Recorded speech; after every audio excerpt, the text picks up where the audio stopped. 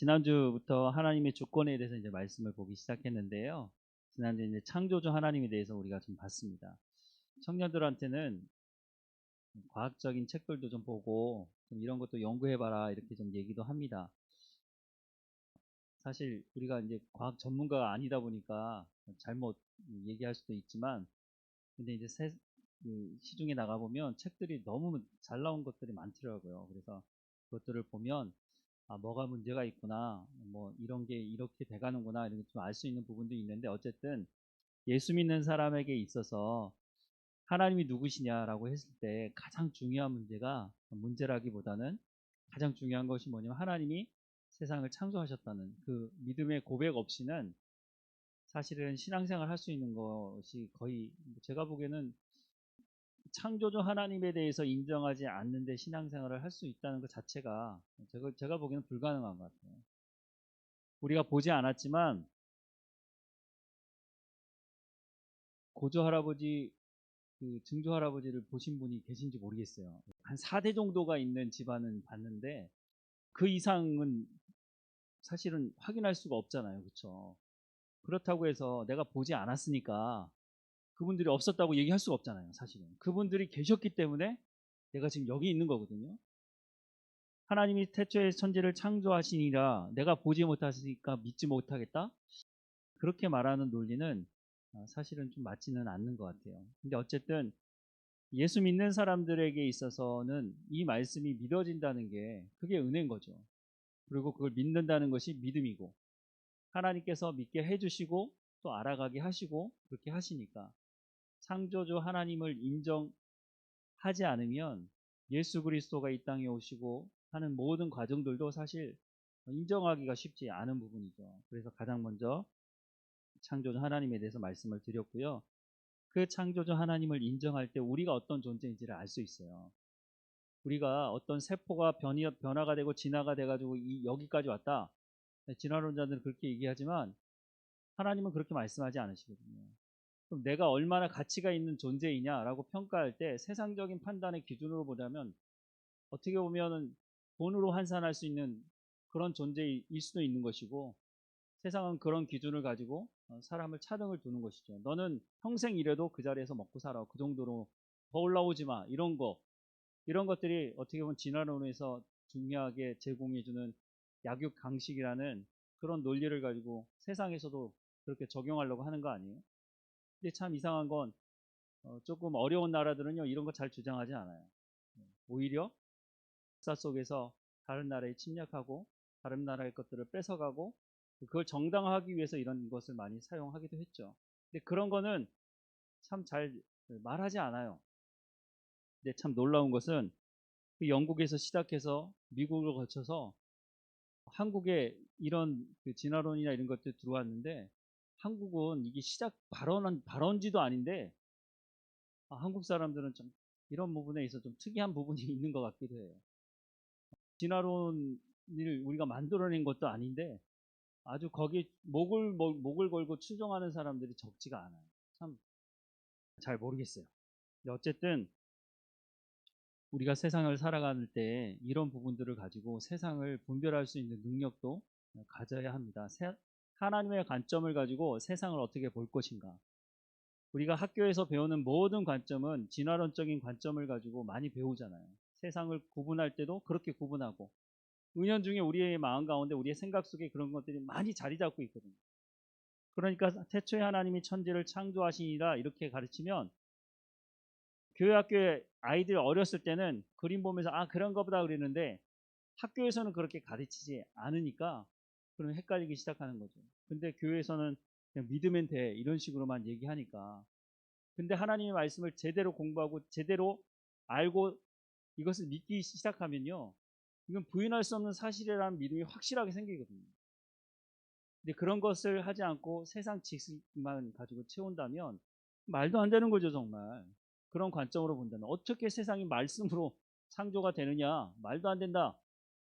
어떻게 보면 그게 더 합리적으로 들릴 수가 있는 것이죠. 그런데 진화론에서 얘기하는 그런 것들에 대해서는 전혀 의심하지 않고 그냥 그게 과학적인 거야, 그게 합리적인 거고, 그렇게 받아들이지만 그것도 한꺼풀 한꺼풀 벗겨보면요, 정말 말도 안 되는 얘기를 하는 것들이 한두 가지가 아닌 것입니다. 하나님이 천지를 창조하셨다고 믿음을 가지고 있는 사람들이 바로 그리스도인이고, 그래서 하나님께서 모든 것을 주관하신다고.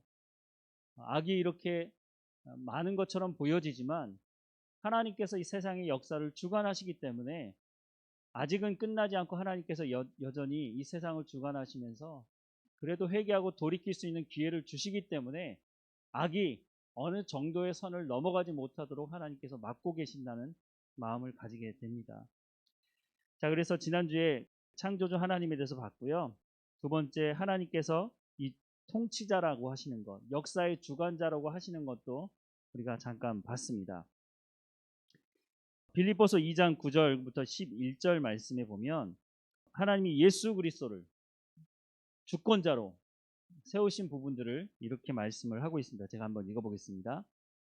이러므로 하나님이 그를 지극히 높여 모든 이름 위에 뛰어난 이름을 주사 하늘에 있는 자들과 땅에 있는 자들과 땅 아래에 있는 자들로 모든 무릎을 예수의 이름에 꿇게 하시고 모든 입으로 예수 그리스도를 주라 시인하여 하나님 아버지께 영광을 돌리게 하셨느니라.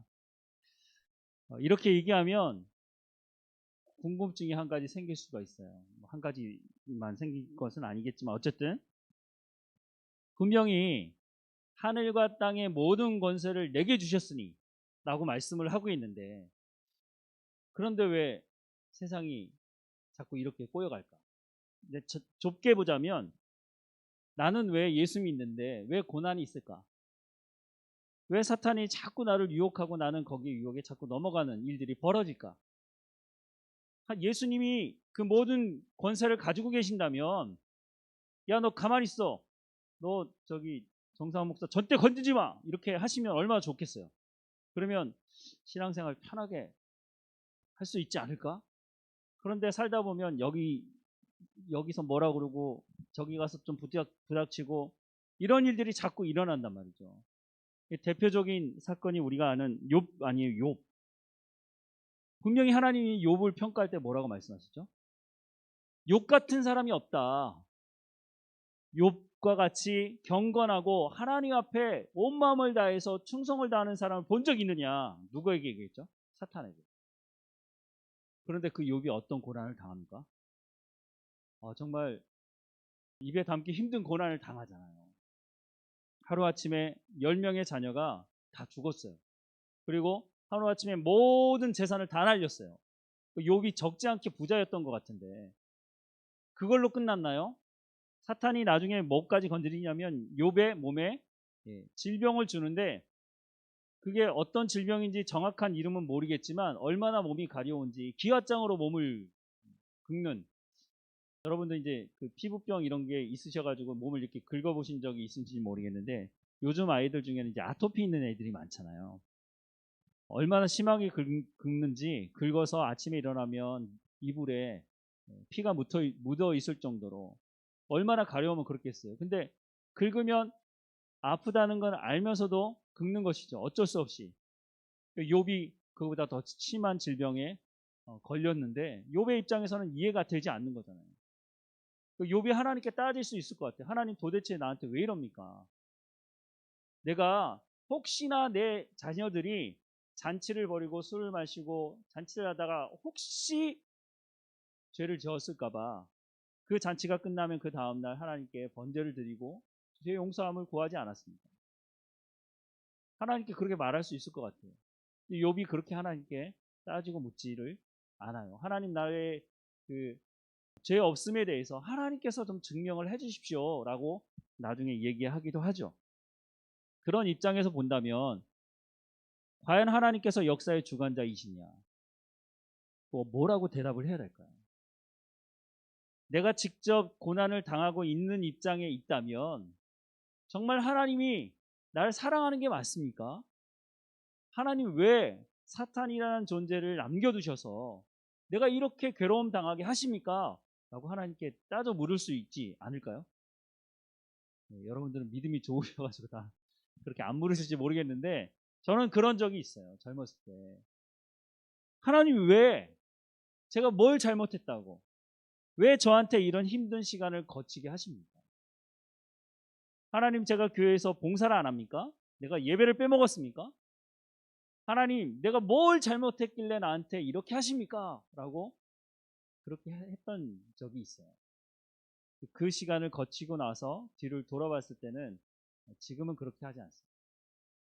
왜냐하면 그 일을 통해서 지금 여기 와 보니까 하나님께서 그 과정을 통해서 나에게 말씀하시는 것이 있었고, 그 말씀을 통해서 내가 성숙할 수 있었고, 그 과정이 그냥 단순히 내 가운데 고난이 아니고, 그 고난의 과정을 통해서 하나님께서 나에게 무엇인가 말씀하시고 내가 거기서 업그레이드 될 수 있도록, 성숙할 수 있도록 하는 과정이었다는 것입니다. 그래서 저는 그렇게 생각을 해요.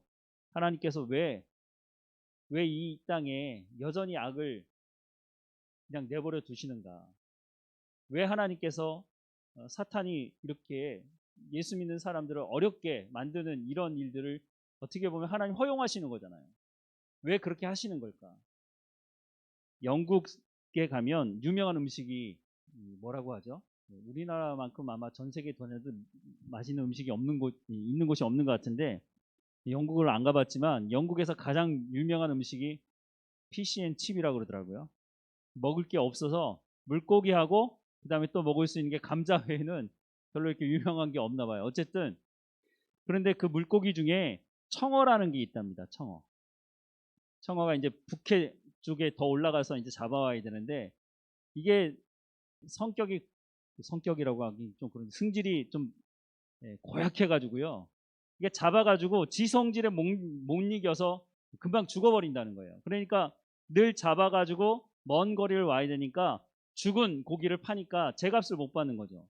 그러니까 살아있는 고기는 훨씬 더 많이 값을 받을 수 있잖아요. 또 어떻게 할까 하다 보니까 바다메기라는 것이 있어요. 바다메기가 이 청어를 잡아먹는데, 청어를 잡아가지고 가두어서 거기다가 바다메기 몇 마리를 풀어놓으면 바다메기가 그걸 잡아먹으려고 막 돌아다닐 때 청어들이 자기 살겠다고 계속 움직인다는 거죠. 그래서 결국은 살아있는 고기를 가지고 와서 팔 수 있는 그런 것을 어떤 분이 얘기를 하시더라고요. 하나님께서 사탄을, 우리를 공격하는 이런 악의 존재들에 대해서 남겨두신 이유가 이런 게 아닌가 하는 생각을 해봅니다. 자극을 받고 내가 그런 일을 당할 때 고난 당하지고 힘들지만 그것 때문에 내가 하는 행동이 있어요. 내가 정말 예수 믿는 사람이라면 내 가운데 고난이 닥칠 때 처음에는 그렇게 안 할 수도 있지만 결국은 하나님 앞에 엎드리게 되어 있습니다. 하나님의 이름을 부르게 되어 있고, 하나님 나를 도와달라고 하나님 앞에 은혜를 구하면서 더 엎드리고 더 신음하면서 하나님께 나가게 된다는 것입니다. 하나님께서 우리 가운데 내가 죄를 지었기 때문에 고난 당하는 것도 있어요. 하지만 내가 죄를 짓지 않았음에도 불구하고 욥과 같이 하나님 앞에 경건하게 살고자 하는 사람에게도 고난이 있어요. 근데 그 고난이 그냥 죄로부터 오는 고난이 아니기 때문에 그 고난을 통해서 하나님께서 욥이라는 사람을 더 성숙한 관계로 하나님 앞에 인도한 것처럼 내 가운데도 그렇게 하신다는 거예요.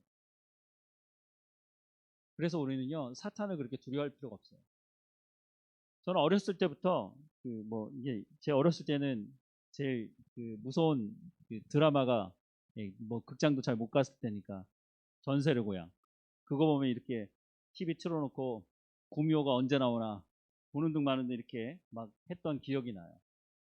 그러니까 그런 것들 때문에 그런지 모르겠지만 사탄은 힘이 엄청나고 저기 한번 잘못 걸리면 다 죽는다, 이런 생각을 하며 살았거든요. 근데 성경은 그렇게 말씀하고 있지 않더라고요. 욥을 하나님께서 고난 가운데 밀어 넣으실 때도 하나님께서 사탄을 어떻게 하시죠? 하나님께서 가이드라인을 제공하세요. 너 여기는 넘어가지 마라. 내가 이것까지는 허용해 주지만 욥의 생명은 건들지 말아라 라고 하면요, 사탄도 어떻게 할 수가 없어요. 왜냐하면 사탄도 하나님의 주권 아래에 있기 때문에 그래요. 하나님의 통치 아래에 있기 때문에 자기 마음대로 뭘 할 수가 없는 거예요. 그래서 하나님의 사람들을 공격할 때도 어느 정도 하나님께서 가이드라인을 딱 말씀하시고 더 이상 넘어가지 못하게 하는 것이죠. 근데 우리는 세상으로부터 오는 잘못된 정보가 있기 때문에 하나님과 견줄 만한 능력이 사탄에게 있다고 착각하고 있어요. 세상에서 보여주는 영화나 다른 여러 가지 매체를 통해서 보여주는 건 뭐냐면 사탄이 엄청난 능력이 있다. 하나님을 비길 만한 능력이 있다는 것을 말해요. 근데 성경은 그렇게 말씀하고 있지 않아요. 예수님이 오셨을 때도 어떻게 해요? 귀신 들린 사람들에게 귀신에게 쫓아냈을 때 귀신이 어떻게 했어요? 네가 뭔데 이렇게 대항했습니까? 그렇게 못했죠. 하나님이신 그분이 오셔서 나가라고 얘기하는데 누가 감히 그 말을 거부할 수 있겠습니까? 오히려 처음부터 귀신들은 예수님이 누구이신지를 알아차렸죠. 그래서 왜 때가 되지 않았는데 왜 이제 벌써 오셔가지고 우리를 힘들게 하느냐, 이렇게 말하는 말씀도 성경에 기록이 되어 있는 것을 봅니다. 하나님이 이 세상 만물을 주관하시는 주권자라고 말씀하고 있는 것입니다. 우리가 그것을 믿는 거죠. 근데 다 이해할 수가 없어요. 왜 그렇게 하나님 하시는지 우리가 다 이해할 수 없지만 하나님께서 이 우주 만물을 통치하시는 분이시다, 내 삶을 주관하시고 나를 인도하시는 분이시라고 하는 것을 성경은 분명히 말씀해 주고 있는 것입니다. 근데 여기에 또 이렇게 질문을 한 가지 할 수도 있어요. 하나님은 참 잔인한 분 아니냐? 예수 믿지 않는 사람들 중에는 그렇게 말하는 사람도 있어요. 아니, 하나님은 자비하시고 하나님은 사랑이 많으시다며 왜 하나님은 진멸하라고 말씀하시느냐? 여러분, 그렇게 질문을 누군가 하면 뭐라고 대답을 하시겠어요? 근데 성경에 나와 있는 말씀이거든요. 이스라엘 백성들이 가나안 땅에 들어갈 때 하나님 뭐라고 말씀하시죠? 그 땅에 살고 있는 사람에 대해서 진멸하라는 거예요. 근데 그 진멸이라는 의미가 뭡니까? 살려두지 말라는 것이죠. 어린아이로부터 모든 그 땅에 살고 있는 사람들을 다 죽이라는 거예요. 그 말씀만 보면 하나님 정말 잔인하신 분이 아니냐, 이렇게 생각이 들 수 있죠. 그런데 하나님께서 진멸하라고 하는 성경 정체를 통틀어서 진멸하라고 하는 말씀이 몇 번이나 나올까요? 몇 번 나오지 않습니다. 그리고요, 하나님이 진멸을 명하실 때는 이유가 있어요. 하나님께서 그냥 기분 나빠서 다 죽이라고 말씀하시는 것이 아니에요. 하나님은 분명한 이유를 가지고 진멸을 명하세요. 가나안 땅에 살고 있는 사람들의 진멸을 왜 명하셨느냐? 성경의 말씀에 보면 그 사람들의 죄악이 관영에서 심판할 수밖에 없는 상황이 다다랐기 때문에 어쩌면 그 심판의 때까지 하나님께서 기다리신 것이에요. 아브라함에게 약속은 하셨지만 그냥 아브라함에게 약속하셨다고 그때부터 이스라엘 백성들이 거기 살 수 있도록 가나안 사람들을 다 쫓아낸 게 아니었어요. 가나안 사람들에게도 하나님 기회를 주시는 거예요. 그런데 시간이 가면 갈수록 이 사람들이 우상을 숭배하면서 음란하게 살아가는 일들을 멈추지 않는 것입니다. 그러니까 하나님께서 심판할 수밖에 없고, 그래서 이스라엘 백성들에게도 그렇게 말하는 거예요. 너희도 가나안 땅에 들어가거든 그 땅에서 우상을 숭배하던 그 사람들, 음란하게 살아갔던 그 사람들에 대해서 심판할 수 있도록 내가 너희를 사용하는 것이니까, 물론 약속한 것도 있지만 혹이라도 너희도 그 땅에서 그와 같은 삶을 살아간다면 하나님 뭐라고 말씀하시죠? 너희도 똑같이 가나안 사람들이 심판받은 것처럼 너희도 그렇게 될 것이라고 하나님 경고하고 계시잖아요. 다른 경우도 마찬가지예요. 아말렉도 마찬가지고 하나님 진멸을 명하실 때는 죄에 대해서 심판하실 수밖에 없기 때문에 진멸을 명하시는 것이지, 그냥 하나님께서 기분 나쁘다고 나 안 믿는다고 그런 식으로 하나님께서 진멸을 명하시는 경우는 없습니다. 그런데 그렇게 질문하는 인간은 어떻습니까? 하나님이 잔인하다고 하나님이 진멸을 명하신다고 하는 그것을 가지고 그 이유도 묻지 않으면서 그냥 그 결과만 가지고 하나님은 잔인하다고 말하는 인간은 어떻습니까? 인간이 전쟁을 일으키면서 얼마나 잔인한 짓을 많이 했어요. 지금도 하고 있고 과거에도 해왔고 앞으로도 할 것입니다. 자신의 나라에 이익만 있다면 다른 나라가 어떻게 되든 관계없습니다. 쑥대밭이 되든 어떻게 되든지 관계없는 그런 일들을 벌이고 있는 그 인간이 하나님에게 질문하는 질문이, 하나님 너무 잔인하지 않습니까? 하나님 진멸을 명하신다니 과연 인간이 하나님 앞에 그 질문을 할 수 있는 그런 삶을 살아가고 있는가 하는 것은 생각해 봐야 될 거라고 생각이 듭니다. 하나님은 자비가 풍성하시고 은혜로우신 분이 맞습니다. 하나님 기회를 주십니다. 회개할 기회를 주십니다. 하지만 끝까지 돌이키지 않고 죄악의 관영에서 돌이킬 수 없는 상황이 되면 하나님 그때 심판하시는 것이죠. 그런 하나님에 대해서 자비가 없다, 그렇게 말할 수는 없는 것이죠. 하나님께서 온 우주 만물을 창조하시고 통치하시고 이루어 가시는데 우리가 그것을 다 이해할 수는 없지만 성경이 말씀해 주는 것만이라도 최소한 우리가 알고 있다면 어떻게 하나님께서 이 모든 것을 통치하신다는 것에 대해서 어떻게 우리가 부인할 수 있겠습니까? 자, 세 번째는요, 좀 연결되는 또 말씀이지만 하나님은 심판자시라는 거예요. 하나님께서 온 우주 만물을 창조하셨을 뿐만 아니라 하나님께서 심판자라고 성경은 말씀해 주고 있습니다. 요한계시록 20장 11절부터 15절 말씀입니다. 제가 한번 읽어보겠습니다. 또 내가 크고 흰 보좌와 그 위에 앉으신 이를 보니 땅과 하늘이 그 앞에서 피하여 간 데 없더라. 또 내가 보니 죽은 자들이 큰 자나 작은 자나 그 보좌 앞에 서 있는데 책들이 펴 있고 또 다른 책이 펴졌으니 곧 생명책이라. 죽은 자들이 자기 행위를 따라 책들에 기록된 대로 심판을 받으니 바다가 그 가운데에서 죽은 자들을 내어주고 또 사망과 음부도 그 가운데에서 죽은 자들을 내주매 각 사람이 자기의 행위대로 심판을 받고 사망과 음부도 불못에 던져지니 이것은 둘째 사망 곧 불못이라. 누구든지 생명책에 기록되지 못한 자는 불못에 던져지더라 라고 말씀을 하고 있습니다. 예수 믿는 사람만 영생하는 것이 아니고요, 예수 믿지 않는 사람도 영생합니다. 영원히 죽을 수가 없어요. 지옥에 가는 사람들은 자기가 그 괴로움 때문에, 그 아픔 때문에 죽으려고 해도 죽을 수가 없는 그런 영원한 삶을 살아가는 것이죠. 마지막 때에 하나님께서 심판자로 나오셔서 양과 염소를 나누신다고 말씀하기도 하시고, 어쨌든 하나님의 나라에 갈 사람과 또 지옥에 갈 사람을 구분을 하신다고 말씀하고 있어요. 생명책이라는 것을 기록하고 있는데 그 생명책에 기록된 사람은 하나님의 나라에 들어갈 수 있는, 어떻게 보면 티켓이 되는 것이죠. 이것을 구분하는 가장 중요한 것이 뭐라고 성경은 말씀하고 있습니까? 예수 그리스도를 구주로 영접했느냐 하지 않았느냐. 요한복음 1장 12절, 영접하는 자 곧 그 이름을 믿는 자들에게 뭐라고요? 하나님의 자녀가 되는 권세를 주셨다고 누가 말씀하신 거예요? 하나님이 약속하신 거죠. 하나님이 심판자이신데 그 심판하시는 하나님이 예수 그리스도를 구주로 영접한 사람은 하나님의 나라에 들어가는 자녀가 되는 권세를 주셨다고 약속하고 있는 거죠. 그런데 이것이 단순히 제가 예수님 믿습니다 라고 하는 것으로 끝난다면 그 사람이 정말 예수 그리스도를 영접했는지 아닌지 어떻게 알 수 있어요?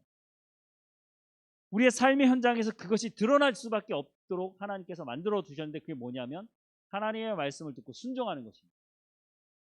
그러니 요한복음에 보면 내 말을 듣고 내 말에 순종하지 않으면 하나님의 자녀가 아니라고 말씀을 하고 있어요.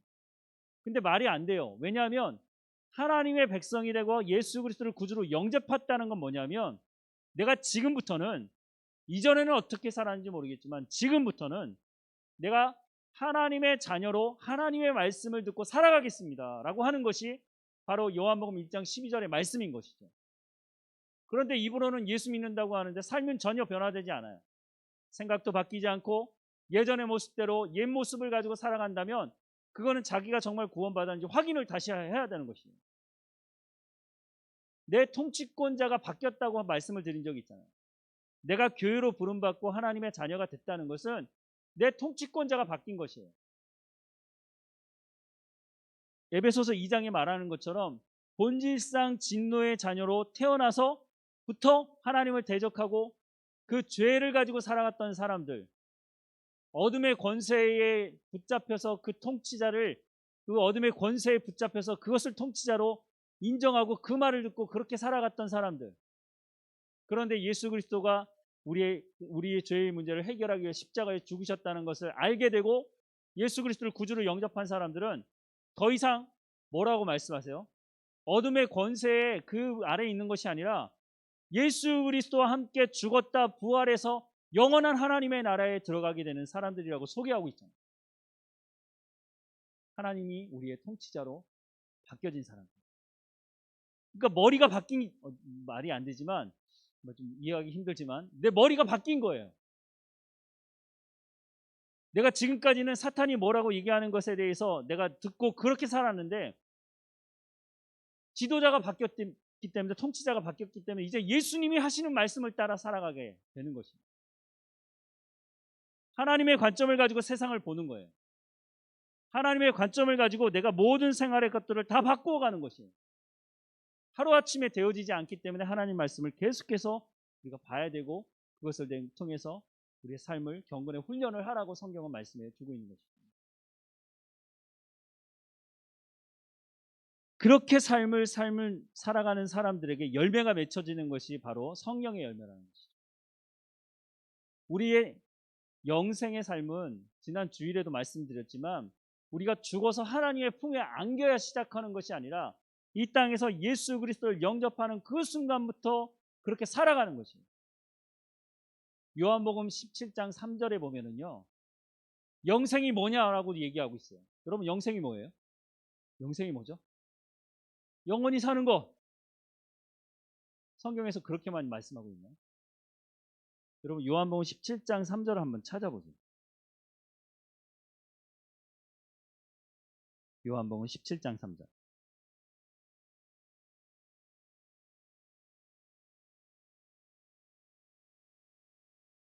뭐라고 기록을 하고 있는지 제가 읽어드릴게요. 영생은 곧 유일하신 참 하나님과 그가 보내신 자 예수 그리스도를 아는 것이니라. 제 말이 아니고요, 성경에 기록된 말씀입니다. 영생은 곧 유일하신 참 하나님과 그가 보내신 자 예수 그리스도를 아는 것입니다. 영생이 뭐라고요? 영원히 사는 건 맞아요. 그런데 예수님이 뭐라고 말씀하고 있냐면, 영생은 하나님과 예수 그리스도가 누구이신지를 아는 것이라고 말씀하고 있어요. 그것은 지금부터 하는 거예요. 지금부터. 곧 영생의 삶은 예수 그리스도를 영접한 그 순간부터 시작하는 것이라는 거예요. 하나님의 나라에 가서 내가 죽어서 가는 그 순간부터 시작하는 것이 아니라고요. 내가 지금 여기서부터 하나님 말씀을 듣고 순종하며 삶을 살아가는 것이 영생의 삶을 살아가는 것이에요. 근데 분명히 하나님 불러주셨는데 그렇게 살지 않아요. 하나님 말씀 듣지도 않고, 하나님 분명히 성경이 그렇게 말씀하고 있는데 그렇게 살지 않아요. 여전히 내 생각대로, 아니야, 하나님 뭐라고 말씀하셔도 그건 아니야. 우리가 왜 갈라디아서 2장 20절을 고백을 합니까? 내가 그리스도와 함께 십자가에 못 박혀 죽었다고 왜 그 고백을 하는 거예요? 이제는 더 내 생각대로 살아가지 않겠다는 거 아니에요? 예수 그리스도를 믿는 그 순간에 그 십자가의 그 피와 보혈의 피를 믿으며 내가 더 이상 내 주장과 내 고집대로 내 생각대로 살아가지 않겠습니다라고 하는 것. 그게 그리스도인이죠. 그런데 분명히 그 고백을 하고 있는데 하나님 말씀을 듣지 않아요. 아무리 말씀해줘도, 하나님이 이렇게 말씀하십니다라고 아무리 말해줘도 듣지 않아요. 듣는 척해요.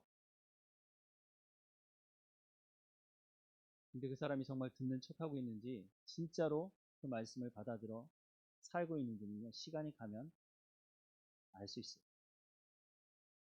하나님 말씀을 받아들이고 그 말씀대로 살아가는 사람은요, 변화가 안 될 수가 없습니다. 그 사람의 얼굴 표정이 안 바뀔 수가 없어요. 사람의 표정이 예수 믿는다고 하는데도 표정이 바뀌지 않고 그 사람의 삶이 변화되지 않는다면 그분은 자기 스스로 질문을 해봐야 돼요. 정말로 내가 정말 예수 믿는 사람인가? 왜냐하면 믿는 것도 아니고 믿지 않는 것도 아니고 애매하게 막 이렇게 삶을 살다가 하나님 품에 가면은요, 하나님의 심판대 앞에 서면은요, 정말 불쌍한 사람이 될 수 있거든요. 마태복음 7장의 말씀을 여러 번 말씀드렸지만 성경에 그렇게 말씀을 하고 있어요. 불법을 행하는 자라 내게서 떠나가라고. 그 사람들이 어떤 일을 했어요? 내가 주님의 이름으로 선지자 노릇 했다고요. 내가 주님의 이름으로 병자도 고치고 귀신도 내어 쫓았다고요. 예수님이 거짓말했다고 얘기했어요? 그런 말 없어요. 사실이에요, 사실. 이 땅에 살 때 놀라운 능력을 그 사람을 통해서 보여줬단 말이에요.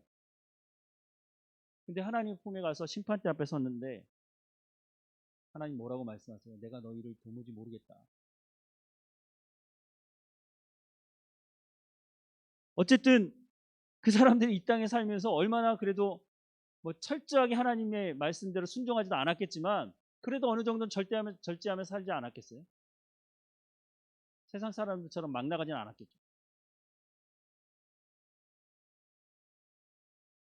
우리가 누구인지를 하나님 앞에 다시 한번 봐야 됩니다. 우리가 마지막 날에 심판대 앞에 서게 돼 있어요. 누구도 예외 없이 예수 믿는 사람들이든 예수 믿지 않는 사람이든 다 심판대 앞에 서게 돼 있어요. 그때 내가 어떤 삶을 살아왔는지 그때 가서 후회해봐야 아무 소용이 없어요. 지금 우리에게 기회를 주실 때 내가 어떻게 지금 살아가고 있는지 하나님께서 말씀하신 그 말씀을 우리가 귀담아 들어야 합니다. 하나님은 심판의 주관자시라고 성경이 분명히 말씀하고 있으니까. 그런데 또 어떤 사람들이 있는가 하냐면 로마서 2장에 보면 판단하는 사람이 나옵니다. 이 판단하는 사람이 어떤 판단을 하냐면 자기가 죄를 짓고 이 죄를 지으면 자기가 심판을 받게 된다는 것을 알매도 불구하고 죄 짓는 사람에게 뭐라고 얘기하냐면 괜찮아, 괜찮아. 너 그 죄 지었다고 지금 뭐 하늘에서 벼락이 내려서 맞은 거 아니잖아. 세상이 봐. 너보다 더 악한 짓을 하고 더 많이 사기치는 사람 다 잘 먹고 잘 살잖아. 괜찮아, 괜찮아. 이런 사람이 있다는 거예요. 자기가 뭔데 그런 판단을 합니까? 하나님만 심판할 수 있는 분이신데 그 자리에 자기가 올라가서 자기가 심판하고 있는 거예요. 그건 되는 거고 그건 안 되는 거야. 자기 마음대로 는 거죠. 자기의 이익이 되는 것은 괜찮다고 얘기하지만 이익이 안 되고 나를 반대하면 그건 안 되는 거야. 이런 사람들을 우리가 쉽게 보지 않습니까? 욥기 21장 22절에 보면 그러나 하나님께서는 높은 자들을 심판하시나니 누가 능히 하나님께 지식을 가르치겠느냐라고 말씀하고 있습니다. 시편 50편 6절에도 보면 하늘이 그의 공의를 선포하니 하나님 그는 재판장이심이로다라고 말씀을 하고 있습니다. 성경은 분명히 심판의 때가 있다고 말씀하십니다. 아직 언제인지 모르죠, 우리도. 네. 때로는 우리가 너무 힘들 때는 초대교회 성도들처럼 마라나타 하며 예수님 언제 오십니까? 우리가 이렇게 힘든데 예수님 언제 오십니까? 마라나타라는 뜻이 그것 아닙니까? 얼마나 힘들었으면 인사말을 마라나타로 했겠습니까? 로마 시대에 10번의 대박해가 있었습니다. 어마어마한 박해가 있었습니다. 예수 믿는다는 그 이유 하나만으로 엄청나게 많은 사람들이 순교하고 죽었습니다. 그 시대를 살아갔던 그 사람들이 주님 언제 오십니까? 우리가 너무너무 힘듭니다. 우리가 그런 시대를 살아가고 있지는 않지만 우리도 때로는 하나님 참 세상이 악합니다. 언제 오십니까? 우리가 기도를 그렇게 할 때도 있는 것이죠. 언제 오실지 우리는 모르죠. 예수님도 모르신다고 하시니까 그때와 그 시는 하나님 아버지만 아신다고 말씀하시니까. 하지만 믿는 성도들이 너무너무 참고 힘들고 견디기 어려워서 배교하지 않도록 그 기간은 줄여주십시오 라고 성경은 또 그렇게 말씀을 하고 있기도 합니다. 하지만 분명한 것은 그때가 올 것이라는 것이죠. 그때가 언제인지 모르지만 하나님은 반드시 그때가 올 것이라고 말씀하고 있습니다. 창세기 3장에 메시아를 약속하셨던 그 하나님께서 한참 시간이 걸렸겠지만 그럼에도 불구하고 하나님 분명히 예수님을 보내셨던 것처럼 예수님이 승천하시면서 다 준비되면 내가 다시 오겠다고 약속하신 그 약속의 말씀은 반드시 이루어질 것입니다. 우리가 마지막 심판의 때가 있다는 것을 기억한다면 우리의 삶을 어떻게 살아갈지를 다시 한번 되돌아 볼 수 있게 될 거라고 생각이 듭니다. 심판의 때가 없다고 생각하는 사람들은 막 나가는 거죠. 자기가 하고 싶은 대로 끝까지 해보는 거죠. 하지만 심판의 때가 있다는 것을 분명히 알고 하나님께서 심판의 주권자라는 것을 아는 사람은 그렇게 살 수 없는 것이죠. 하나님, 내가 어떻게 살아가야 되겠습니까? 하나님께 묻는 것이죠. 그리고 경건의 삶을 살아가려고 할 것입니다. 우리의 삶이 하나님을 창조주로, 또 통치자로, 역사의 주관자로, 또 이 세상 모든 끝날에 하나님께서 심판주로 임하실 것에 대해서 우리가 분명히 믿고 우리의 삶을 되돌아보며 내가 어떤 삶을 살아가야 될 것인지를 분명히 알고 경건의 삶을 살아가는 우리 모두가 되기를 간절히 소망합니다. 기도하겠습니다. 사랑하는 하나님, 하나님께서 역사의 주관자가 되시고 심판주가 되셔서 악을 심판하시는 분이시라는 것을 잊지 않게 하옵소서.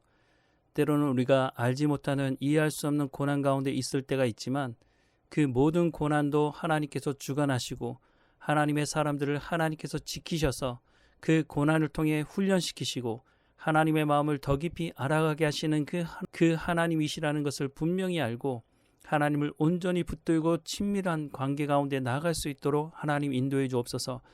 무엇보다 약속하신 하나님의 약속의 말씀을 온전히 붙들고 살아가는 우리의 삶이 될 수 있도록 하나님 붙들어 주옵소서.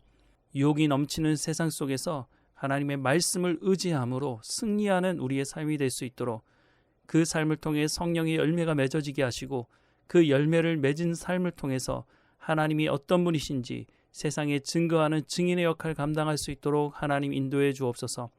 우리 가운데 날마다 성령의 충만함으로 하나님이 어떤 분이신지를 증거하는 삶을 살아가게 하실 하나님을 찬양하고 예수님의 이름으로 기도합니다. 아멘.